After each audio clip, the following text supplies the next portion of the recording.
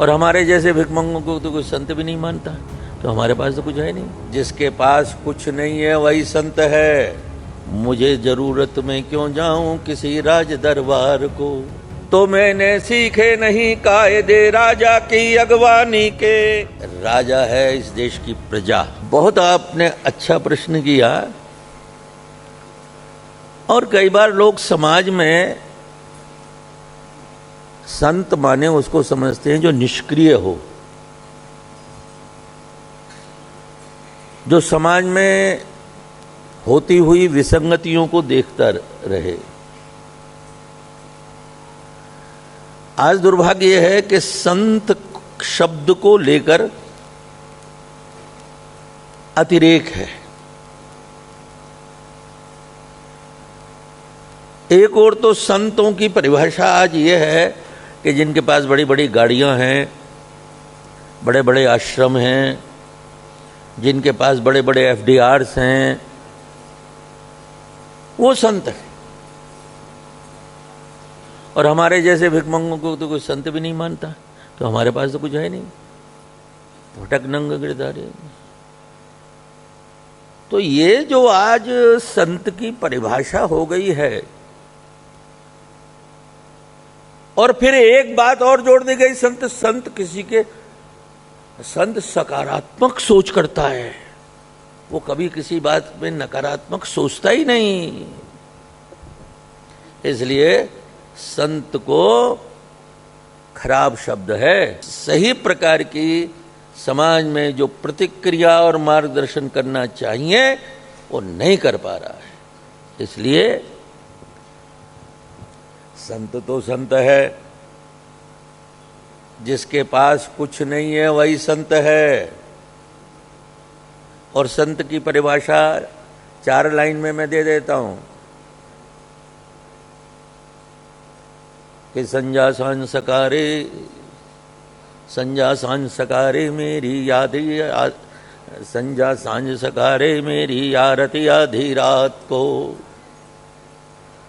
मुझे जरूरत में क्यों जाऊं किसी राज दरबार को, कि दर्द दे गई मीरा मुझको, दर्द दे गई मीरा मुझको, सूर दे गया मन प्यासा, और सिखला गया जुलाहा फक्कड़ सब भाषाओं की भाषा। तो मैंने सीखे नहीं कायदे राजा की अगवानी के, मैंने तो नहीं सीखे राजा की अगवानी के, और मैंने तो बस गीत लिखे हैं खारे खारे पानी से, मैंने तो बस गीत लिखे हैं खारे खारे पानी से। तो जीवन की असफलताओं का जीवित एक जना जाऊं,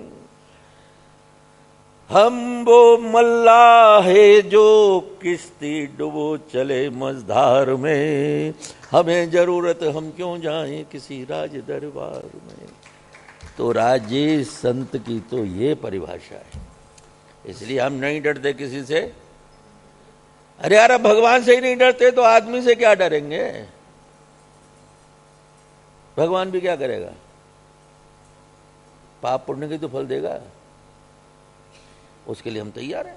तो गुरुजी, धर्म दंड के नीचे राजदंड होना चाहिए, हम लोग सनातन संस्कृति में सब जानते हैं। अभी तो धर्म ध्वजा बहुत फहरा रही है, राम मंदिर बन चुका है, पूरे विश्व से लोग आ रहे हैं, काशी विश्वनाथ कॉरिडोर बन चुका है, महाकाल का कॉरिडोर बन चुका है, यहाँ पर 4 धाम पूरा जो है ऑल वेदर रोड बन रही है। इतना सब हो रहा, उसके बाद भी कहीं ना कहीं आपके अंदर कोई दर्द सामने आ रहा। आखिर राजा मतलब प्रधानमंत्री, राजा मतलब सरकार, कुछ आपकी आंखों में मैं आंसू देख पा रहा हूं। आखिर ऐसा है, कोई राजा नहीं है, राजा है इस देश की प्रजा। और जो राजनेता हैं वो उनके प्रतिनिधि हैं। आज दुर्भाग्य है कि जो राजा है वो सोया हुआ है, माने प्रजा, और जो सेवक है वो अपने आप को राजा समझे हुए है। ये मैं किसी व्यक्ति विशेष के लिए नहीं कह रहा हूं, ये सारे राजनेताओं के लिए कह रहा हूं, सारे दलों के लिए कह रहा हूं। हवा चली पश्चिम की ऐसी, कला हो गई नंगी। अरे अंग्रेजी का राग लापे हिंदी की सारंगी। भगवान राम का मंदिर बन गया, बहुत सुंदर बात है। यहां नहीं बनेगा तो कहां बनेगा? काशी विश्वनाथ का कॉरिडोर बन गया, बहुत सुंदर बात है। ये देश मंदिरों का देश है, संतों का देश है, तो ये अच्छी बात है, मंदिर बन रहे हैं। लेकिन मंदिर तो बहुत भव्य बन रहे हैं, प्रचार भी खूब हो रहा है।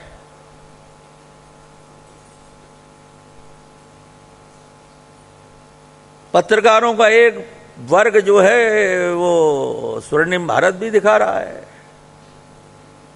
लेकिन